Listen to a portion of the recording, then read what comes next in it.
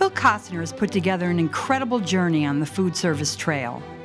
A Culinary Institute of America graduate, Phil got his love of food from his mother, a devotee of Julia Child.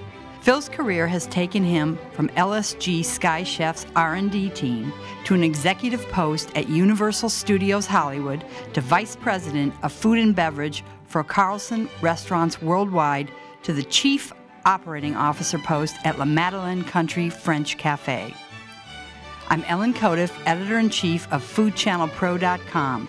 Let's catch up with Phil Costner on that food service trail and find out just what makes him a leader with guts.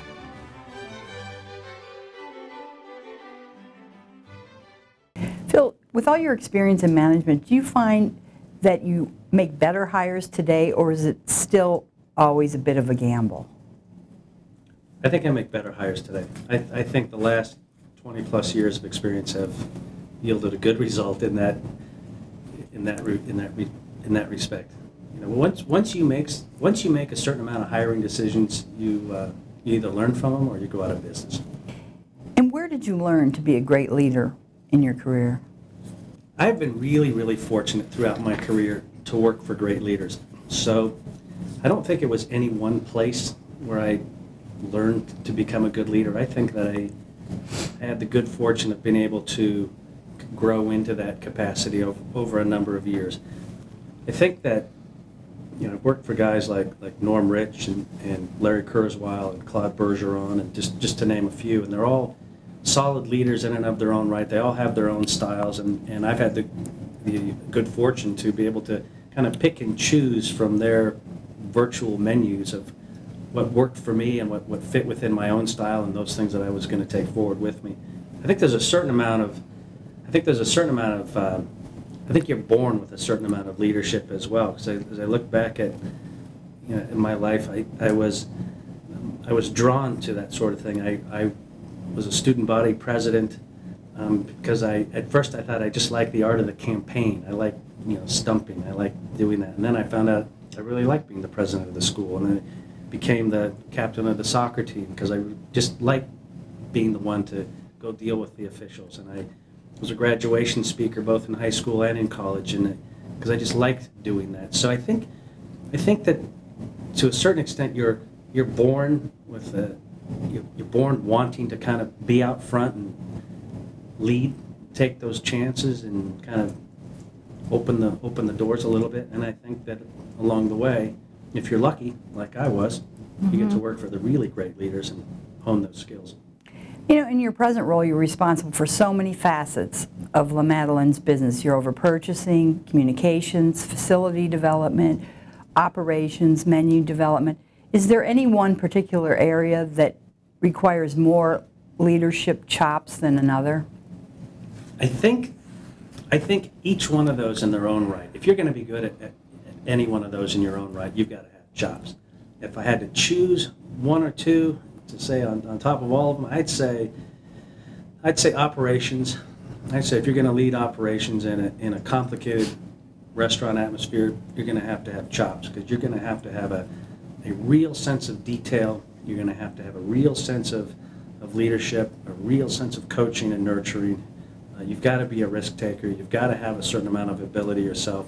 I mean, you put it on the line, and it all happens on that floor every shift. That takes chops. And what do you think is the biggest mistake that a food service operator can make in his first leadership role? I think probably the biggest mistake that a new leader makes is coming in with a lot of great ideas and trying to institute them all at the same time. And in doing so, more times than not, you'll probably alienate the existing team. You probably look like a know-it-all. You potentially look like a blowhard, and you have to pull back. And you're going to have to pull back. You're going to have to restart again. So my advice to a new leader is hang on to those good ideas. You know, keep them close to the vest. I'm not saying let go of your ideals, but go in thinking, I'm going to seek to understand before I'm understood, and thoroughly understand the organization or the division or the team you're going in to lead. Really get a grip on where they've been, where they're headed, who they are, how they work, and then start weaving in your own ideas, your own ideals, and your own processes, all the while explaining why. Here's why we're going to make this change.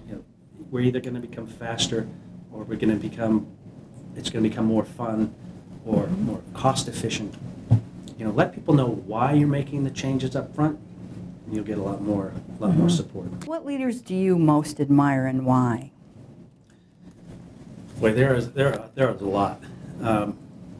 I think one guy that I really have a great deal of respect for, and I've never met him, and I sure would like to, is Herb Kelleher, the guy who started Southwest Airlines. I don't know if you've read his book, but it's a fascinating read.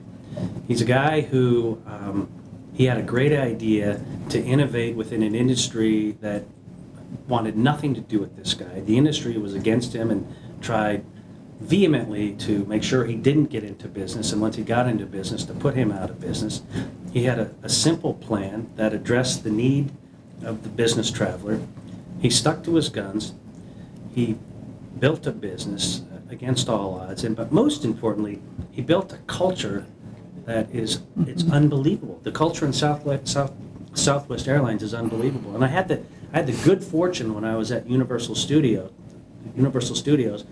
to go with the executive team and spend a couple days at Southwest Airlines immersing ourselves in the culture of Southwest in hopes of bringing some of the aspects of Southwest back to Universal and instilling that type of cultural change so that we would have the same type of associate reaction, the same type of, it's hard to put into words succinctly, but every single employee at Southwest Airlines is focused on making the guest happy, and they do it so succinctly in such concert with one another. I mean, you just don't, when's the last time you had a bad flight on Southwest Airlines? When's the last time you had a surly flight attendant? You don't.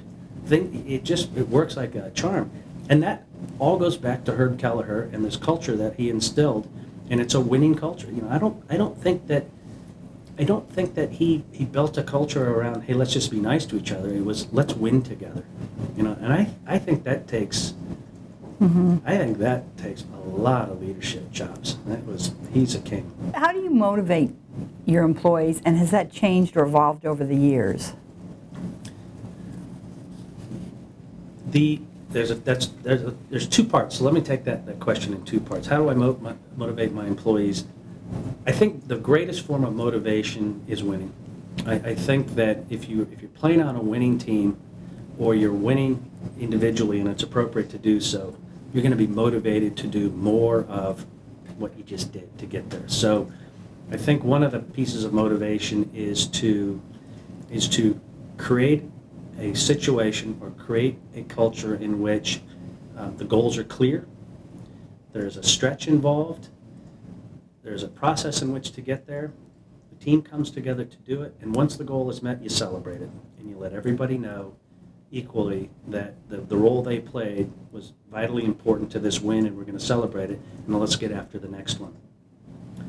And as far as stylistically, has that changed over the years? It absolutely has.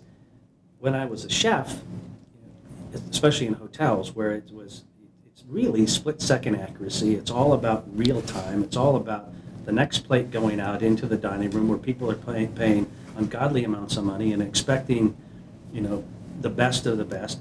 The chef makes the call. That the way you motivate is do it this way, and there will be no discussion. We're not going to have a focus group. This is how we're going to do it. Do it this way, and let's get it done right now. And as a cook, you say, yes, chef, right away, and because you'd prefer to have a pat on the head than something else. Mm-hmm. So stylistically, as a chef, it's a very telling atmosphere. As I've moved into executive management, you really have to, I think you have to throttle back on that telling type of, I'm always right, I'm the leader, we're going to do it my way, and I'll bear the risk, and I'll bear the brunt of the risk. You really have to throttle back and say, okay, I need to be more collaborative because I need to be smarter. I need to slow down a little bit. I need to gain perspective from all of the key stakeholders, Let's make a decision we can all get around, okay? And then I'll sponsor that decision if, in fact, it needs sponsorship up at the chairman's level or what have you. And then let's move forward as a team. Let's get it done. And so I think it's two distinctly different worlds. What do you think are the three essential characteristics of a great leader? I think a great leader has got to have vision. I think they've got to be able to set the vision for the team. The team's got to know where they're going. They've got to know how they're going to get there. They've got to know why they're going there. I think a great leader's got to have courage. You got to have courage to stand behind that conviction, to set that vision, and then have the courage to stick with it, regardless of what happens. If the economy, when we were going through the recession, we stayed with our guns around value. We said we're not going to discount. That's not our vision. That's not our goal. It's not where we're going as a company. So you got to have vision. You've got to have courage, and you have to have a skill set. You have to have intelligence or a skill set that the team can respect and say, okay, he or she has been here before, or they know what they're talking about. They've lived this. So vision, courage, intelligence. We've been talking with Phil Costner, COO of La Madeleine. Check out the next part of this series as we explore what it takes to be a leader with guts. For Food Channel Pro, I'm Ellen Codiff.